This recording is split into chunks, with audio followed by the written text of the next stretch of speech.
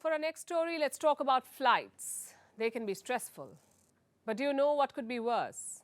A fellow passenger yapping away on their phone in the sky, or scrolling through loud Instagram reels sitting right next to you. Earlier, this was not allowed, thanks to the flight mode. It disables a phone's ability to connect to cellular or Wi Fi networks. And air travelers are required to switch on this mode. But in the European Union, this guideline has met with turbulence. Airline passengers will soon be able to use their phones to full effect. And many aren't happy about this. Our next report tells you why. Imagine being on a flight. You're soaring through the sky, looking at the clouds below. It's calm and peaceful. Your phone is on flight mode, so the usual barrage of texts or work emails don't disturb you. For a change, you take a break from that digital brick in your hand. And for a few hours, you find freedom in the sky. But if you are on a flight within the European Union, you may have to say goodbye to this experience.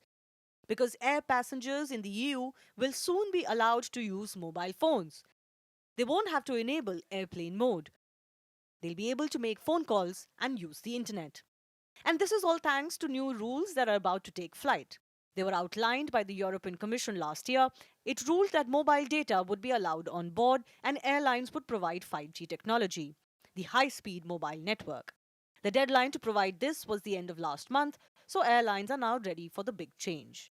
But many passengers aren't happy with it. A survey was held recently.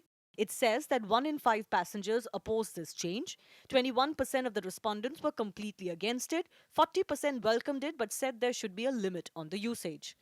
Now, sure, emergencies can come up. People may want to contact their loved ones on a flight or check in, even catch up on urgent work. And for this, internet is useful. But for most people, after the takeoff, it's time to switch off. It's part of the experience of a holiday or just a digital detox before you land and get back to work. And all of this could easily be interrupted by 5G. Fellow passengers may attend calls in the sky or loudly stream a movie or watch TikToks. There could be ruckus on board. But apart from the anticipation, something else is irking the passengers. They are quite confused.